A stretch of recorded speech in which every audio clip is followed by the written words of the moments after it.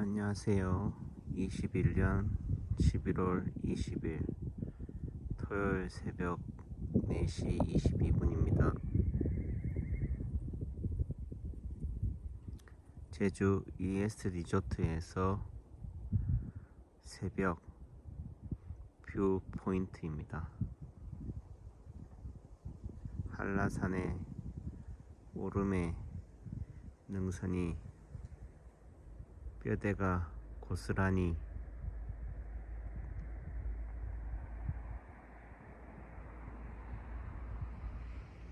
드러나는 곳입니다.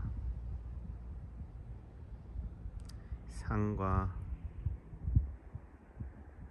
사람, 집과 산이 고스란히 보입니다. 어젯밤에는 개기월식이었는데요. 말 그대로 달이 지구의 그림자에 가려서 달이 보이지 않더라고요. 달이 없는가, 오늘 밤은 달이 안 뜨는가 했더니만 여지없이 달은 떠 있습니다. 보이지 않는다고 해서 없는 것이 아니다.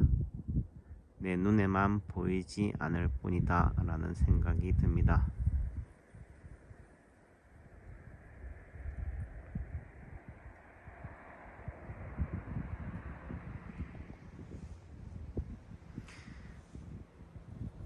남창규 한의사가 왜 제천에서 개원을 했을까? 서울에서도 개원할 수 있었을 텐데 경제적인 이유를 핑계로 제천에 안주했지만은 결국 성향, 삶을 바라보는 위치가 어디냐에 따라서 결정이 되는 것이다 라는 생각이 듭니다.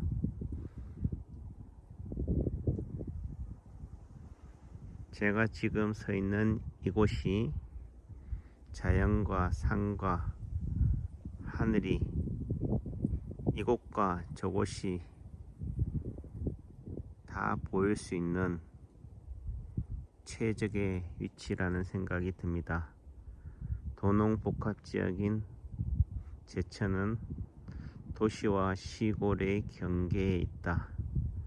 이곳도 지향하고 저곳도 지향한다. 이곳도 경원시하고 저곳도 경원시한다.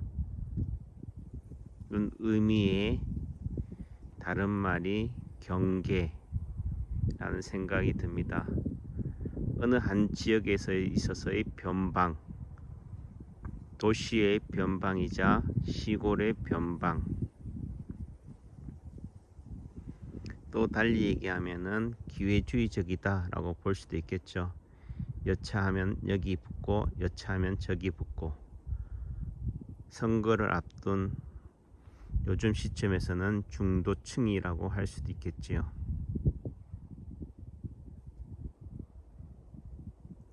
어느 한쪽으로 고정되기를 원하지 않는다. 사안에 따라 끊임없이 변화한다.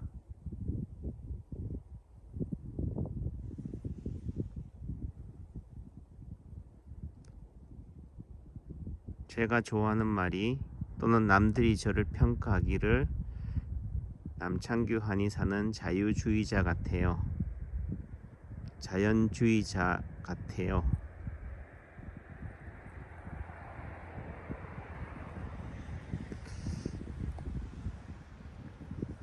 남들은 저를 자유주의자라고 하지만은 저는 자연주의자다 라는 생각이 듭니다. 자유가 무엇이고 자연이 무엇인지에 따라서 달라지는 사안이겠지만은 이 시점에 제가 바라보는 자연은 변화한다. 어떻게 보는 분들은 진화한다라고 할 수 있겠지만은 자연은 그렇게 봄이면 봄, 여름이면 여름, 그 가을이면 가을의 색깔을 입는다.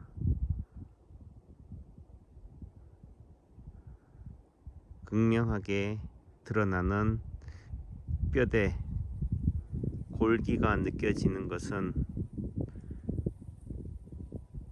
가을이 깊어갈수록 더 완연히 느껴지는 게 아닌가라는 생각이 듭니다.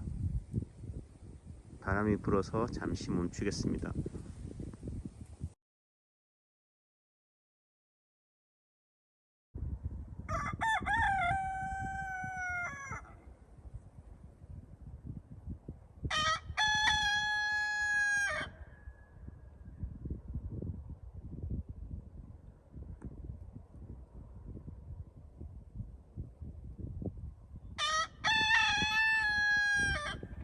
21년 11월 20일 새벽 4시 38분에 꽃기호가 시작됩니다.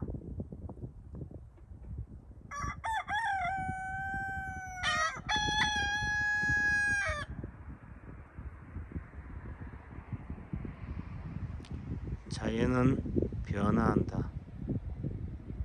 인간은 진보한다 라고 하지만은 자연은 진보가 아니라 순환한다. 인간이 진보에 목숨을 걸 일이 아니다. 순환에 집중해야 한다라는 생각이 듭니다.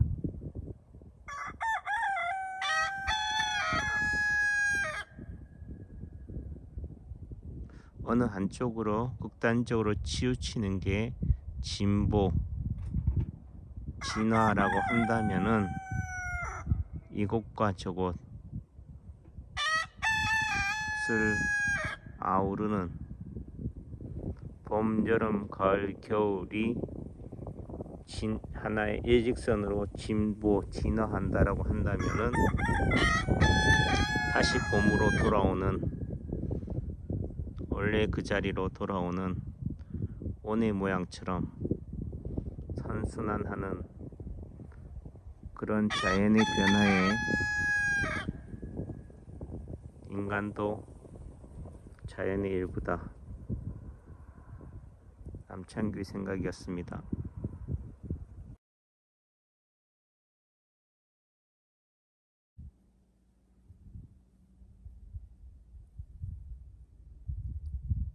집에는 사람이 있습니다. 집안에서 따스한 온기를 느낍니다.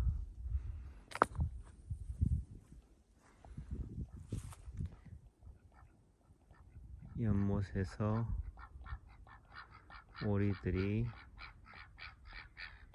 논입니다. 제가 카메라를 들이대기 전에는 안식을 취하고 있었는데 제가 돌멩이를 던졌습니다. 그들의 안식처는 연못입니다. 무리입니다.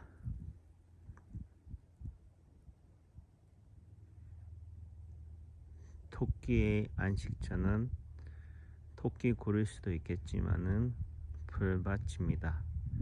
잔디밭입니다.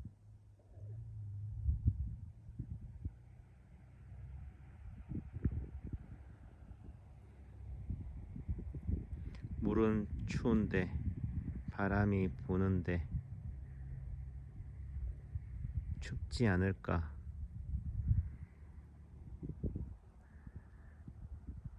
황량한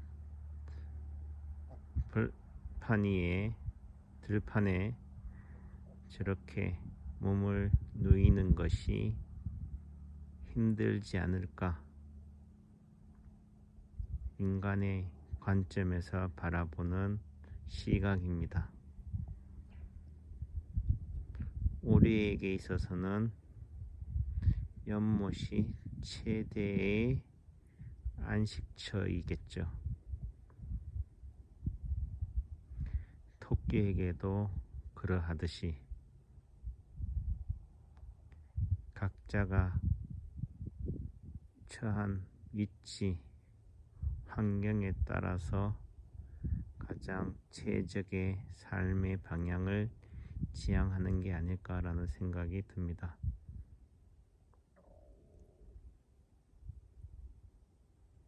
자연은 이런 다양성이 어우러져서 하나의 사회를 이룬다. 오리도 군집을 이루고 토끼도 군집을 이루고 사람도 서로 다른 가정이 한 울타리, 한 건물 안에 군집을, 집단을 이루어 사회를 형성한다라는 생각이 듭니다. 이게 사회이고 자연이고 지구가 아닐까요? 감사합니다.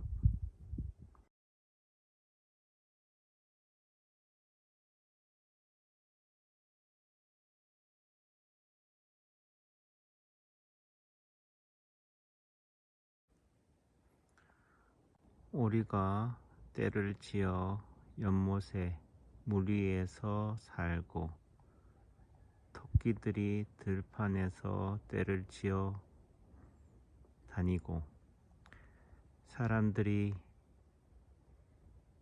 무리를 지어 서로 성격도 취향도 바라보는 생각도 다른 사람들이 한 울타리 안에 집단을 이루어 사는 이유는 결국 생존을 위해서, 살아가기 위해서,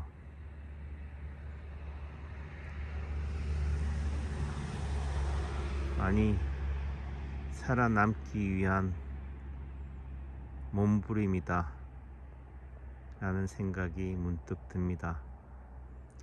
나무들이 숲을 이루는 것도 결국 나 혼자 생존하기는 힘들기 때문에 떼를 지어 무리를 이루어 그 세력을, 그 위세를 상대로 하여금 외부의 적으로 하여금 보호받기 위함이 아닌가라는 생각이 듭니다. 오리에게 있어서는 연못이 최적의 환경인 것은 그들의 먹이와 관련이 있고, 토끼가 들판에서 비바람 속에서도 그곳을 안식처로 삼는 이유는 토끼들의 먹이는 풀이기 때문인 것이고, 사람들이 집에서 안식, 휴식을 취하는 것은 치열한 삶의 현장에서 잠시나마, 밤이나마 집안에서 보호받고 안식을 취하기 위함이 아닌가라는 생각이 듭니다. 하지만 이런 집단, 군집을 통해서 그 세력을, 위세를 드러내고 보호받는 측면도 있지만은 그 반대로는 오히려 그 상대가 되는 오리를 먹이로 하고 토끼를 먹이로 하고 사람을 먹이로 하고 숲을 먹이로 하는, 숲에게는, 나무에게는 최대의 적이 화재, 불, 사람에게 있어서는 가장 위험한 감염, 전염, 세균, 바이러스이고 하지 않을까라는 생각이 듭니다. 생존을 위한 군집이 또 다른 적에게 좋은 먹잇감이 된다라는 사실이 결국 사람이 사회를 떠나 자연을, 집단을 떠나 고독을 찾아가는 이유가 아닐까라는 생각이 드네요. 남창규의 망상이었습니다. 감사합니다.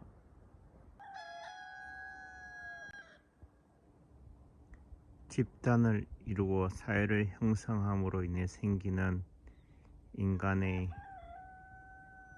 최대적인 세균 바이러스로부터 보호받기 위해서 집단을, 밀집을 해체하고 분리하고 무리해서 떠나는 것이 정답일까? 남창규는 왜 휴가를 왔는가? 왜 직장을 떠나 이곳에 있는가?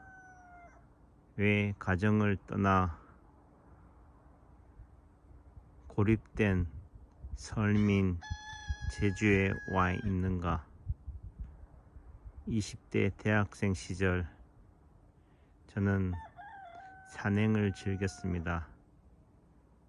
각자가 산을 찾아가는 이유는 다르겠지만 저에게 있어서는 연애 편지 한 장을 제대로 쓰기 위함이었습니다.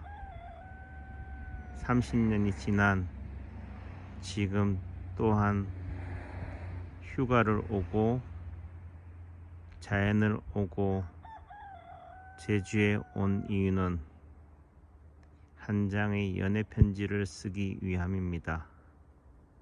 그것은 저를 사랑하는, 또 제가 사랑하는 남창규 한의원 고객일 수도 있고 제 시청자일 수도 있고 제 아내이기도 합니다. 결국 그리움이 사무쳐서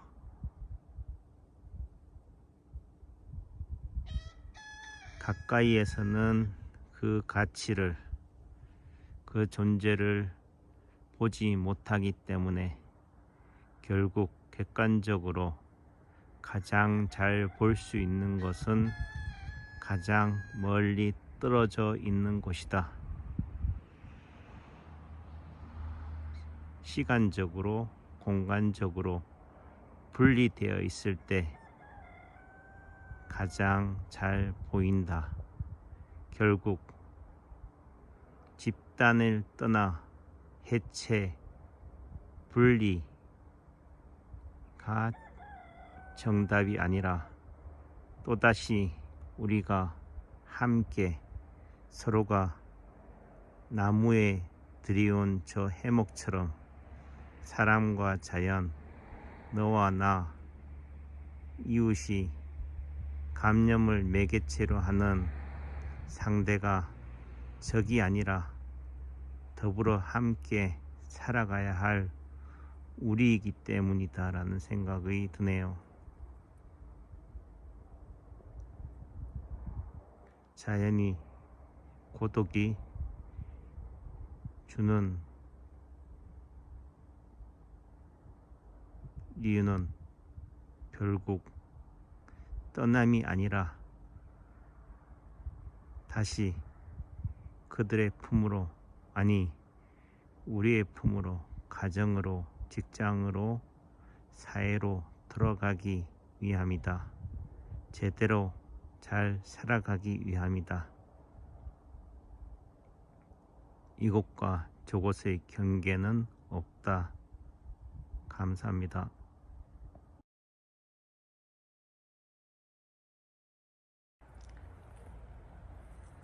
달이 집니다. 달이 쉽니다. 달이 내어준 그 자리에는, 그 반대편에는 어스름 해가 떠오릅니다.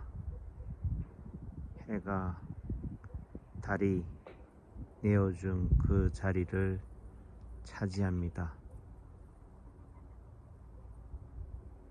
한쪽을 밀어내고 한쪽이 차지하는 것이 아니라 더불어 함께입니다. 낮은 해로, 밤은 달로 서로 비춰주고 있습니다. 조화입니다.